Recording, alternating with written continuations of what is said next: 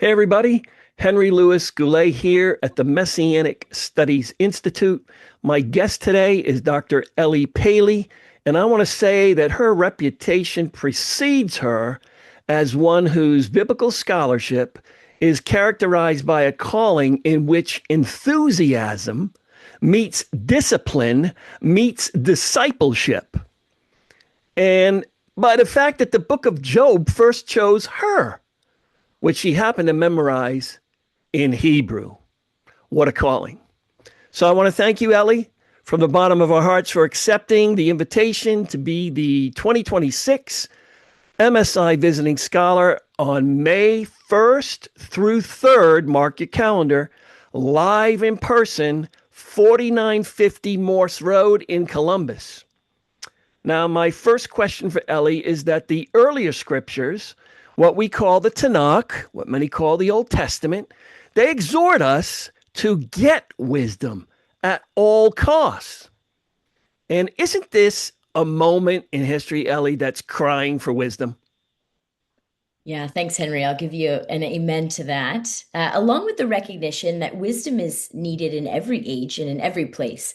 Mm. Something that I think is so key for us to register is that there's a particularity and a timeliness to wisdom. I think most of us in our modern Western context tend to associate wisdom with an intellectual feature.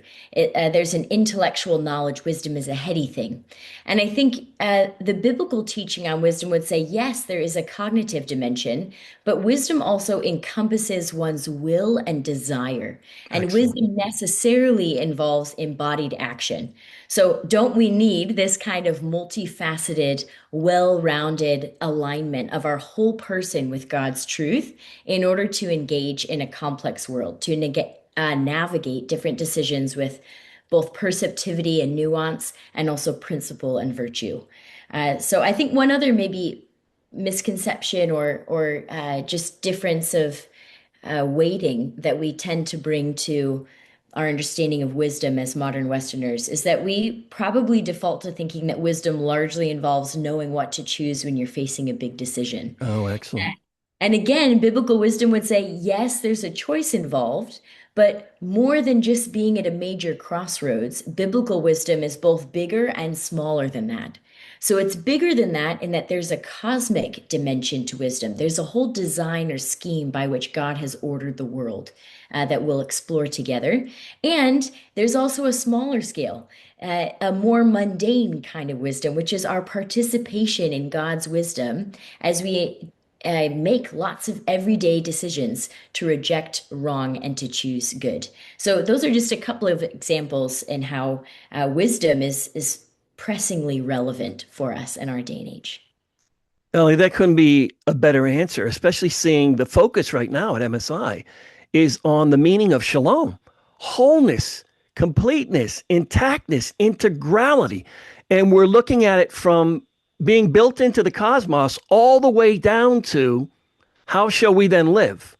So this is a perfect match for us. And I just want to say that wisdom then is shalomic. So our second question is you're going to help make clear where wisdom is to be found. But how about the subtitle of our wondrous wisdom weekend? Did you catch the three W's, everyone? What should we expect in mapping the biblical terrain? Sure. Another helpful question. Typically, when we think of wisdom and even the label wisdom literature, we may be inclined to associate wisdom predominantly with just three texts in the Tanakh. Probably Proverbs comes flashing to mind, and then maybe Ecclesiastes and the book of Job also spring to the fore. And yes, wisdom is a very prominent theme in those books, but wisdom is also much more pervasive across the entire Tanakh into the New Covenant writings, and it's thoroughly integrated into the biblical storyline. So I've chosen mapping the terrain in order to convey that we'll be surveying the landscape, first of all, of what even is meant by wisdom, and then we'll be trekking our way through its various iterations in different areas and genres of the Tanakh. And I've also deliberately chosen mapping and not exhausting. Our goal will be to get a lay of the land more and to experience the diversity of the terrain rather than to say we've turned over every rock. So what we'll do is we'll progress mostly through the Tanakh and end in the New Covenant writings. So we'll have roughly 2 sessions in Torah, roughly 2 in the Nevi'im and the prophets, and then 3 in the Ketuvim in the writings, and then a climax in the New Covenant writings with a session at the end. And my prayer is that along the way we'll experience some vistas of new understanding, if you will, that we'll have some new clarity regarding wisdom and how it relates to other biblical material. But I also hope and expect that our preconceptions about what wisdom is and how to find it may be complicated or corrected a bit as we trek our way through this mass of biblical material in the space of a weekend. And I hope that this adds helpful degrees of nuance and cautions us towards overconfidence in the realm of wisdom. That's fantastic. I mean, that is a great overview of the entire weekend. So I'm just going to say to us, come see Dr. Ellie Paley map the biblical terrain of wisdom. Get this, from the Garden of Eden to the life and legacy of Yeshua, that is Jesus, son of David. See you May 1st through 3rd, 4950 Morse Road in Columbus, live in person.